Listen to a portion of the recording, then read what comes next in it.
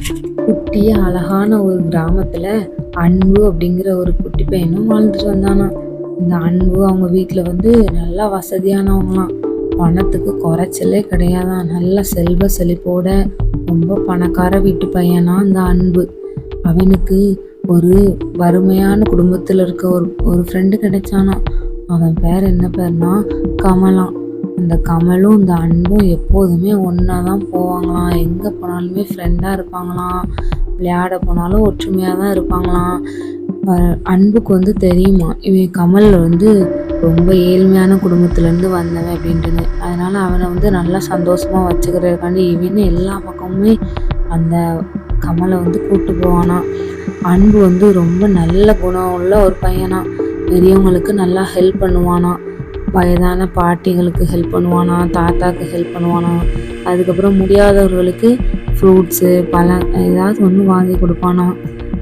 Help அப்படின்னு கேட்குறவங்களுக்கு கண்டிப்பாக உதவியாக நிற்கிறதுல அன்பு முதல் இடத்துல இருப்பானா.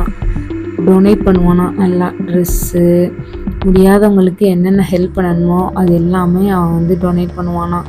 ட்ரெஸ்ஸு, டாய்ஸு, நிறைய திங்ஸு, ஃப்ரூட்ஸு, யார் யாருக்கு ஹெல்ப் பண்ணணுமோ எல்லாமே ஹெல்ப் பண்ணுவானா.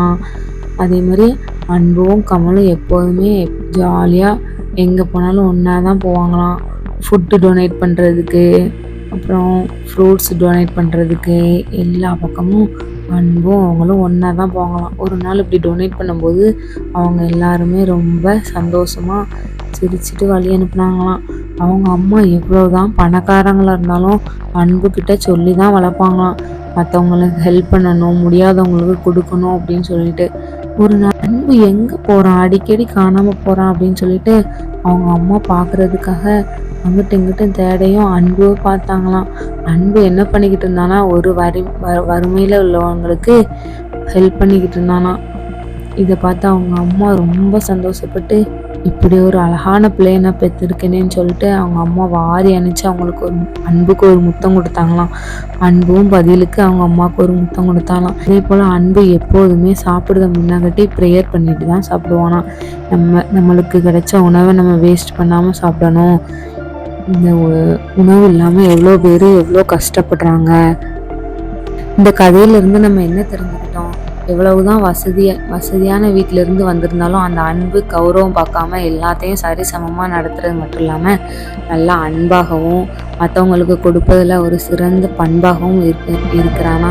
அன்பு போல் நம்மளும் நம்ம வாழ்க்கையில் நம்மளால் முடிஞ்ச சிறு சிறு உதவிகளை மற்றவங்களுக்கு கொடுக்கணும். இல்லாதவங்களுக்கு ட்ரெஸ்ஸோ, ஃப்ரூட்ஸ், பழங்கள் ஏதாவது வாங்கி கொடுக்கலாம். ஒருவேளை உணவு சாப்பாடு வாங்கி கொடுக்கலாம்.